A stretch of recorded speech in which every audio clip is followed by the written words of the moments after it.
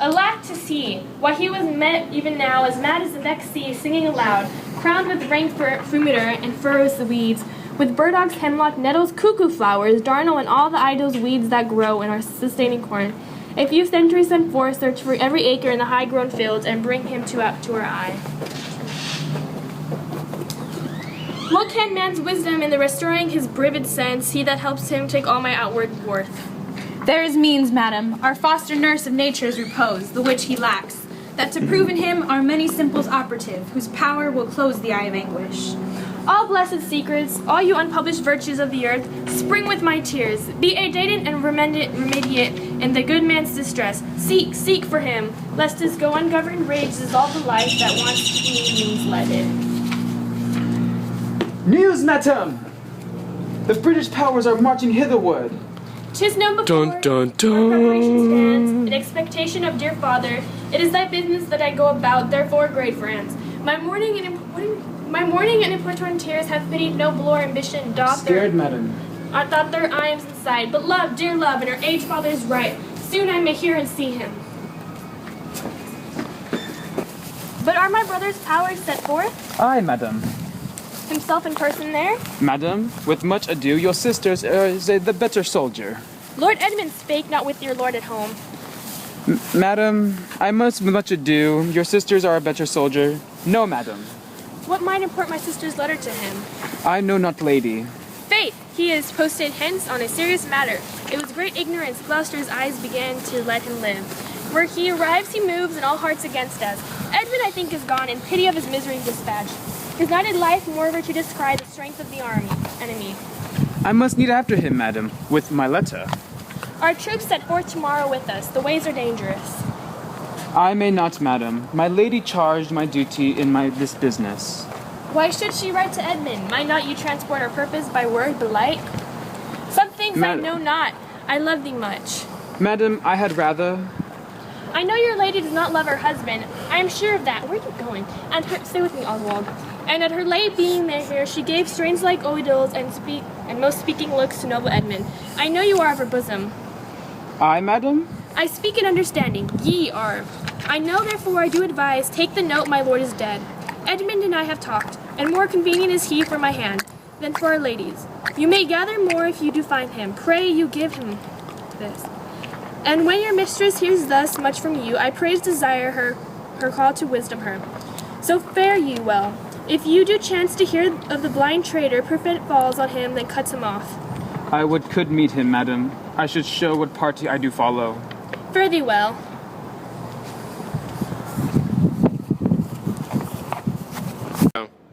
When will we get to the top of the cliff? You do climb it up now. Look how we labor. Methinks the ground is even. Horrible steep. Hark, do you hear the sea? No, truly. Why then your other senses grow imperfect by your eyes' anguish? So it may be indeed. Methinks that thy voice is altered, and thou speakest in better phrase and manner than thou didst. You are much deceived. I am nothing in change, but in garments. Methinks you're better spoken. Come on, sir, here's the place, stand still. How fearful and dizzy to cast one's eyes so low. The crowds and troughs and the wings midway air show scarce in the so gross beetles. Halfway down hangs on the gathered sapphire. Dreadful trade, methinks, it seems no bigger than his head. The fishermen walk upon the beach, appear like mice, and young, tall, anchoring bark, diminished in her cock's bio, almost too far from sight, and murmuring surge, and the unnumbered idle pebbles chafs. I cannot be heard so high, I'll look no more. Less than my brain be turned from the deep sight, toppling headlong. Set me where you stand. Give me your hand, and when you are not with Fu and the exchange verge, for all beneath the moon, would I leave upright. Let go my hand. Here, friend, a jewel well worth the poor man's taking. Fairies and gods prosper it with thee. Go thou farther off, bid me farewell, and let me hear thee going.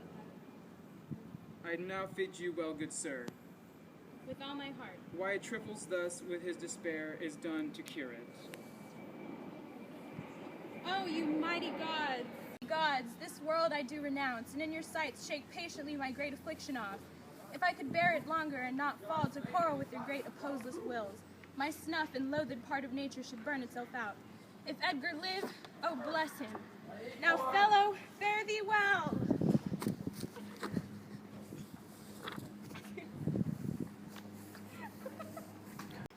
And yet, I do not know how conceit may rob the treasures of life and life itself.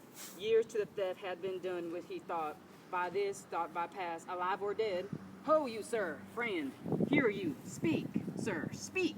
Thus might he pass indeed, yet he received. What are you, sir? Away, and let me die. Hast thou been ought to be gossamer feathers? Aye. So may father down percept, thou dost shivers like an egg, but thou dost breathe. Pass heavy substance, bleed not speaketh, thou art. 10 massage, make not altitude, which thou hast perpendicularly fell. Thy life's a miracle, speak yet again. But have I fallen or no? From my dread summit of the chalky barn, look up at the heights, the streels the gorge lark so far, cannot be seen or heard, do but look up. Alack, I have no eyes. Is wretchedness deprived that benefit to end itself by death? 'Twas yet some comfort in misery could beguile the tyrant's rage and frustrate his proud will. Give me your arm. Give me your arm. Up so, how is it? Feel your legs, you stand. Too well, too well.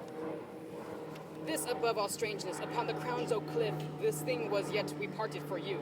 A poor unfortunate beggar. As I stood here before, methought his eyes were 2 full moons. He had thought thousands of noses, gorged well with the way.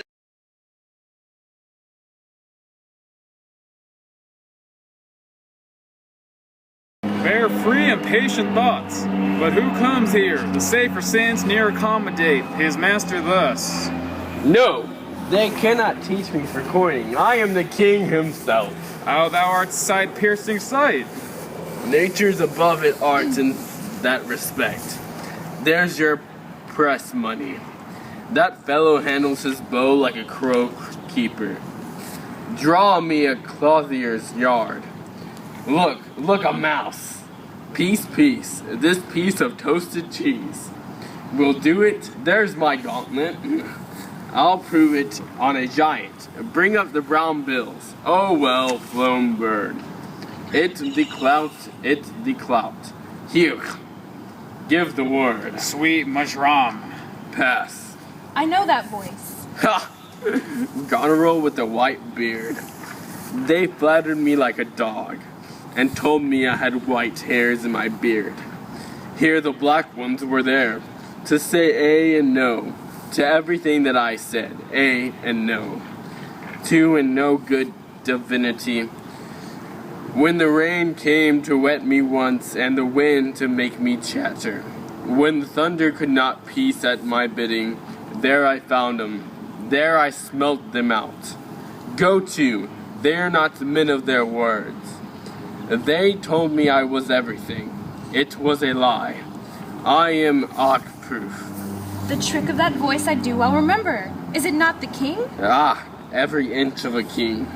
When I do stare, see how the subject quakes. I pardon that man's life. What was thy cause? Adultery? Thou shalt not die for adultery, no. Behold yon simpering dame, whose face between her forks snow, that minces virtue, and does shake the head, to hear a pleasure's name. Beneath in all the fiends, there's hell, there's darkness, there's the scrupulousness pit, burning, scalding stench. Give me an ounce of civet, good to sweeten my imagination. There's money for thee. Oh, let me kiss that hand. Let me wipe it first, to smell of morality. Oh, ruined piece of nature, this great world shall so wear out to naught. Dost thou know me? I remember thine eyes well enough. Dost thou squinty at me? No, do thy worst, blind Cupid. I'll not love, read thou this challenge mark, but the pinning onto it. Were all thy letter sons I could not see. I would not make thee from report this. It is, and my heart breaks at it. Read. What with the case of eyes? Oh, are you there with me? No eyes in your head, nor no money in your purse. Your eyes are in a heavy case, your purse in your light. Yet you see how this world goes. I see it feelingly. What art mad?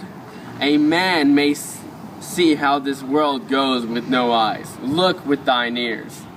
See how yon justice rails upon yon simple thief. Hearken thine ear, change places and handy dandy. Which is justice? Which is the thief? Thou hast seen a farmer's dog bark at a beggar, Aye, sir. and the creature run from the cur. There thou mightest behold the great image of authority. A dog's obeyed in office. None does offend none. I say none. I'll able 'em. Take that of me, my friend, who hath the power to still the accuser's lips. Get thee glass eyes, and like a scurvy politician, seem to see the things thou dost not. Now, pull off my boots. Harder, harder, so. Oh, matter and imperency mixed, reason is madness. If thou wilt reap my fortunes, take my eyes. I know thee well enough. Thy name is Gloucester. Thou must be patient. We came crying hither. Thou hastn't the first time we smelled the air. We wail and cry. I will preach thee, Mark. Alack the day. When we are born, we cry and we are come to this great stage of fools. There's a good block. It were a delicate stratagem. The goods block. Then kill.